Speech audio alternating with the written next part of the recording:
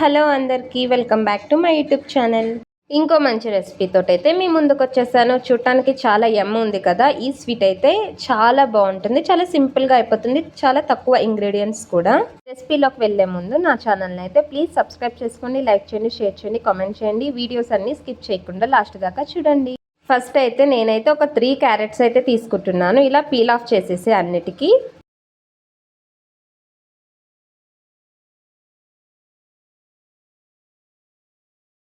తర్వాత అయితే అన్నిటిని చిన్న చిన్న ముక్కలుగా అయితే కట్ చేసుకోవాలి.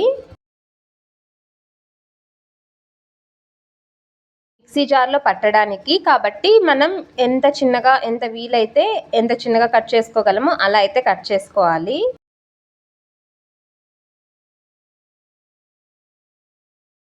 దీనికైతే మెయిన్గా అయితే కస్టర్డ్ పౌడర్ కావాలి. సో కస్టర్డ్ పౌడర్ మస్ట్ అనమాట, ఎందుకంటే దానివల్లే దీనికి మరింత టేస్ట్ అయితే యాడ్ అవుతుంది. కట్ చేసి పెట్టుకున్న క్యారెట్ ముక్కలన్నిటిని అయితే మిక్సీ అయితే పట్టేసుకుందాం. కాస్త షుగర్ కూడా వేసుకోవాలి. ఎంత షుగర్ వేయాలో ఇప్పుడు చూపించేస్తా.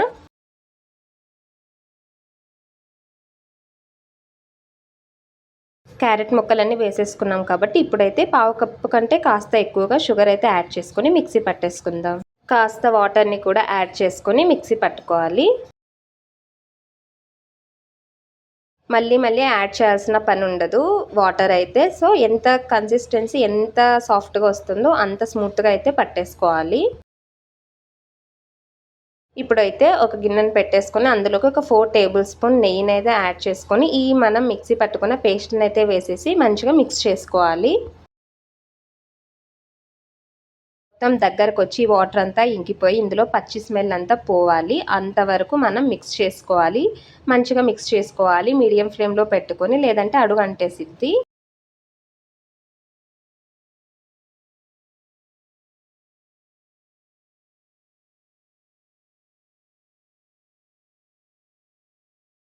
చూడండి కాస్త కాస్త దగ్గరకైతే పడిపోతుంది కదా, వాటర్ అంతా ఇంకిపోతున్నాయి క్యారెట్లో ఉన్న వాటర్.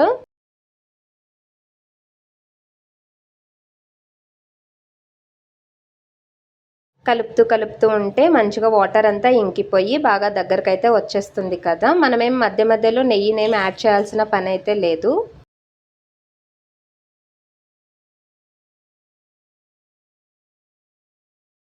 పొగ అయితే బాగా వస్తుంది కదా. సో ఫ్లేమ్ ఎక్కువ పెట్టి కాదు, స్టవ్ అయిపోయింది, చిన్నదాని మీద పెడితే అది ఇలా పొగలు వస్తుంది, ఎందుకో తెలీదు. ఫ్లేమ్ అయితే చిన్నగానే ఉంది.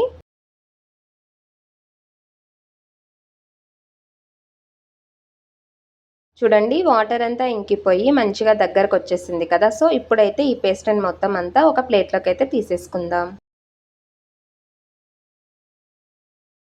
దాన్ని అయితే చల్లారనిద్దాం. ఇప్పుడైతే అదే ప్యాన్లోకి మిల్క్ని అయితే 1/2 లీటర్ అయితే యాడ్ చేసుకొని కాంచుకుందాం. పాలనైతే మంచిగా ఒక పొంగు వచ్చింది కదా. ఇప్పుడైతే ఇందులోకి కస్టర్డ్ పౌడర్ ఒక 2 స్పూన్స్ అయితే తీసుకొని చల్లటి పాలల్లో మిక్స్ చేసుకోవాలి.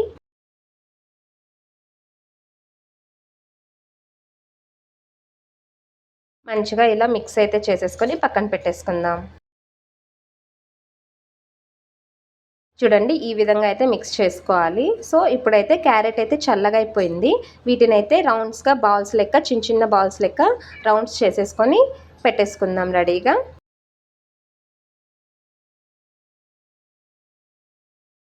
ఇలా బాల్స్ లెక్క చేసేసుకోవాలి. కాస్త ఒక 3 బాల్స్కి సరిపడే పేస్ట్ని పక్కనైతే పెట్టేసుకోవాలి ఉండలు చేసుకోకుండా.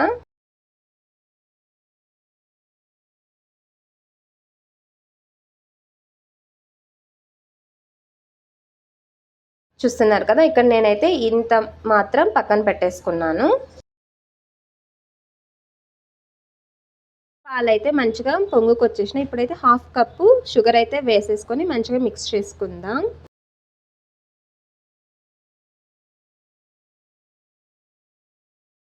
తర్వాత ఇందులోకి షుగర్ వేసుకున్న తర్వాత కస్టర్డ్ పౌడర్ మిక్స్ చేసాం కదా, దాన్ని కూడా వేసుకొని మంచిగా మిక్స్ చేసుకోవాలి.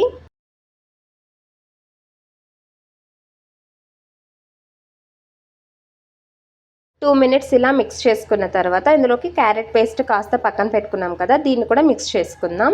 అంటే ఇంకా కలర్ఫుల్గా మంచి కలర్ వస్తుంది అనమాట, ఎల్లోయిష్గా లేకుండా. సో అందుకే క్యారెట్ని అయితే ఇలా మిక్స్ చేసుకుంటున్నా.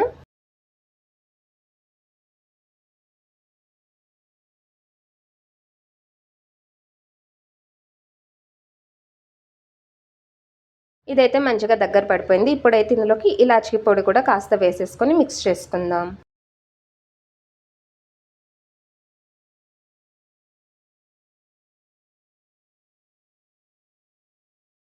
మంచిగా ఇదంతా చిక్కపడి కాస్త దగ్గర పడింది. ఇప్పుడైతే క్యారెట్ ఉండలనైతే ఇందులోకి వేసేసుకుందాం.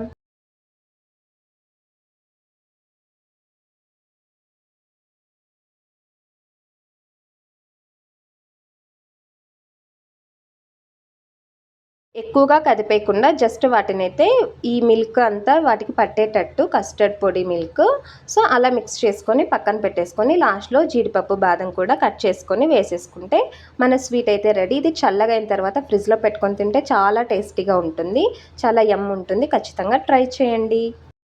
నా ఛానల్ని అయితే ప్లీజ్ సబ్స్క్రైబ్ చేసుకోండి, లైక్ చేయండి, షేర్ చేయండి, కామెంట్ చేయండి. వీడియోస్ అయితే స్కిప్ చేయకుండా లాస్ట్ దాకా చూడండి. Bye bye.